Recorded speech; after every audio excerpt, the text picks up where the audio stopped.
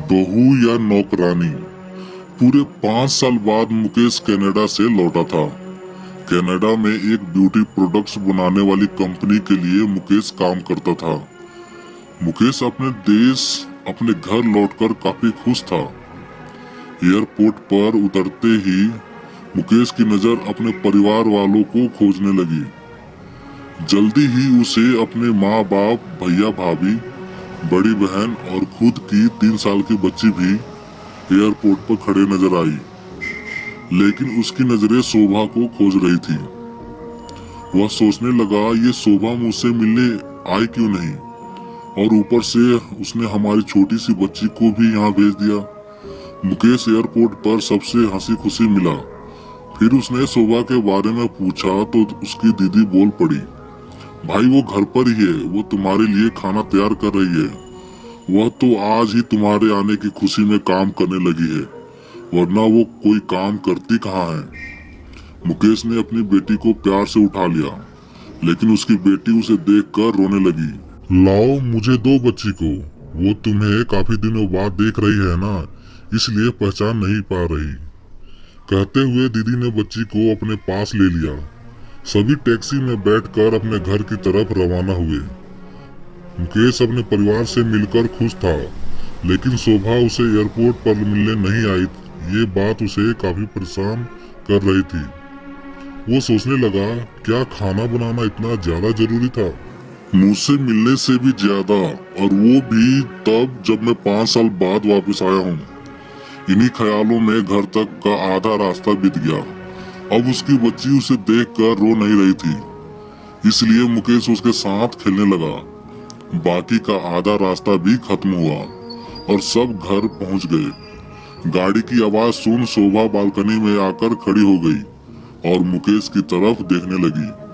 मुकेश भी जैसे ही गाड़ी से उतरा, उसने पहले दरवाजे की तरफ और बाद में बालकनी की तरफ नजर घुमाई, जैसे वह शोभा को ही देखना चाहता हो। मुकेश से नजरें मिलते ही शोभा के चेहरे पर मुस्कान झलक पड़ी। मुकेश भी उसे देखकर हल्के से मुस्कुरा दिया। सभी घर के अंदर गए। शोभा सबके लिए पानी लेकर आई और सभी को पानी देने के बाद फिर से किचन में चली गई चाय बनाने के लिए। थोड़ी देर तक सभी परिवार वालों से बातें करने के बाद मुकेश शोभा को बुलाने लगा। माँ ने उसे बीच में टोकते हुए कहा, रहने दो उसे किचन में, थोड़ा काम कर लेने दो, बाद में अपने आप आ जाएगी। तुम बैठो यहाँ मेरे पास, वैसे भी वो कहाँ ज्यादा काम करती है। मुकेश यही बात दूसरी बार शोभा के बारे में सुन रहा था। अब उसने सोचा कि मेरे परिवार वाले मुझसे झूठ थोड़ी बोलेंगे। हर दिन नहीं होता होगा इतना काम, आज थोड़ा सा है, करने देते हैं, मैं बाद में उससे बात कर लूंगा।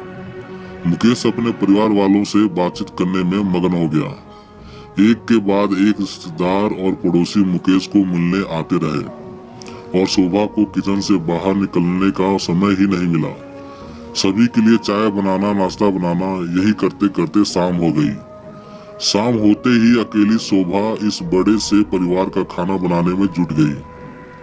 2 घंटे बाद सभी परिवार वाले खाना खाने के लिए डाइनिंग टेबल पर बैठे थे, सिवाय शोभा के।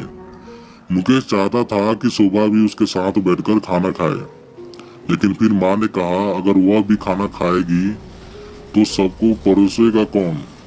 सभी का खाना खाने के बाद शोभा ने अकेले खाना खाया। रात को सोने के वक्त मुकेश और शोभा अच्छे से मिल पाए। मुकेश शोभा के साथ काफी बातें करना चाहता था, लेकिन वह उसके चेहरे पर थकान और नींद अच्छे से देख सकता था, इसलिए उसने शोभा को परेशान ना करने का फैसला किया और उसे सोने दिया। शोभा सोने ही वाली थी कि उसकी छोटी बच्ची रोने लगी, तो शोभा तुरंत उठकर उसे दूध पिलाने के लिए चली गई। मुकेश कब सो गया उसे पता ही नहीं चला। जब सुबह बच्ची के रोने की आवाज आने लगी तो मुकेश उठा और शोभा को पुकारने लगा। जब शोभा पास नहीं दिखी तो उसने बच्ची को चुप कराया और फिर से सुला दिया। मुकेश बाद में शोभा को देखने लगा तो शोभा उसे फिर से किचन में मिली, जो सुबह सुबह ही जल्दी उठकर घर वालों के चाय नाश्ते की तैयारी में लग गई थी। अब मुकेश सोचने लगा, माँ और दीदी तो कहती थी कि शोभा ज्यादा काम नहीं करती, लेकिन जो मैं देख रहा हूँ वो तो कुछ और ही है। मुकेश अब सब समझ गया था, पर वो अपनी माँ को ऐसा नहीं बोल सकता था कि शोभा से ज्यादा काम ना कराया करो। इसलिए अब उसने खुद ही शोभा की मदद करना शुरू कर दिया था। मुकेश के हाथ बटाने से शोभा को थोड़ा अच्छा लगने लगा था। पहले जहाँ उसका चेहरा थकान से उतरा रहता था, अब उस पर थोड़ी चमक आने लगी थी। मुकेश ने कुछ दिनों में ही यह महसूस कर लिया था कि शोभा अब वो शोभा नहीं रही थी जिससे मुकेश शादी करके लाया था। वो तो कोई और थी जो तोते की तरह बोलती थी, और ये शोभा तो बिल्कुल चुप है, गुमसुम है। ऐसा लगता है जैसे किसी के दबाव में हो, किसी डर की वजह से सहमी हुई हो। मुकेश शोभा को उसके काम में और ज्यादा मदद करने लगा। मुकेश का ऐसा व्यवहार अब घर वालों को खटकने लगा। घर के सभी बड़ों ने मिलके मुकेश को समझाया, तुम अपनी बीवी को मदद करते हो, उससे हमें कोई एतराज नहीं है, लेकिन तुम्हें भी एक हद तक ऐसा करना चाहिए। जब तक कोई तुम्हें ऐसा करता ना देख रहा हो तब तक सब ठीक है, लेकिन जब कोई तुम्हें बीवी के होते हुए बर्तन धोते हुए देखे तो वो अच्छा थोड़े ही लगता है। और सोचो, आगे चलकर शोभा को तुम्हारी हेल्प की आदत पड़ गई तो तुम्हारा अपना काम में ध्यान लगाना मुश्किल हो जाएगा। मुकेश हमेशा से ही अपने परिवार वालों की बात मानता आया था। जिस तरह से सबने मुकेश को समझाया था, मुकेश भी उनकी बातों में आ गया। अब मुकेश शोभा की मदद करने से कतराता था। कभी कभार वो बच्ची के लिए दूध गर्म कर लिया करता, उससे ज्यादा कुछ नहीं। घर वालों ने मुकेश को विदेश जाने से मना कर दिया और कहा यहीं पर कुछ काम कर लो। मुकेश ने अब घर से ही ब्यूटी प्रोडक्ट्स ऑनलाइन बेचना शुरू कर दिए। उसका परिवार भी बढ़ गया। अब उसकी 2 बेटियां और 1 बेटा था। दोनों बेटियां स्कूल जाने लगी थी, लेकिन बेटा अभी भी छोटा था। जितना मुकेश कमाता था उतना सबके लिए काफी न था। काफी सोच विचार करने के बाद मुकेश ने यह फैसला किया कि वह अब शोभा के साथ शहर में जाकर रहेगा, जहां पर शोभा भी काम कर पाएगी और वह घर से ही अपनी ब्यूटी प्रोडक्ट्स बेचना शुरू रखेगा। इस तरह से वो अपने पैसों की तंगी को पूरा करेंगे।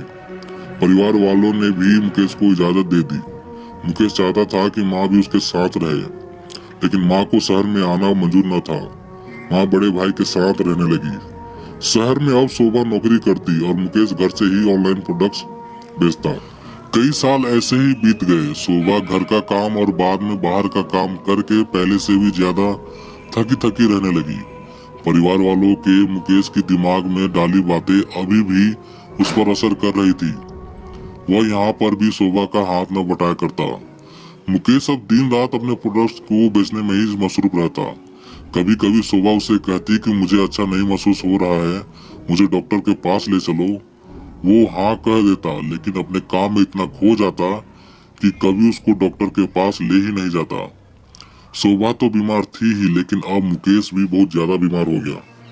इतना बीमार हो गया कि उसे अस्पताल में भर्ती करवाना पड़ा।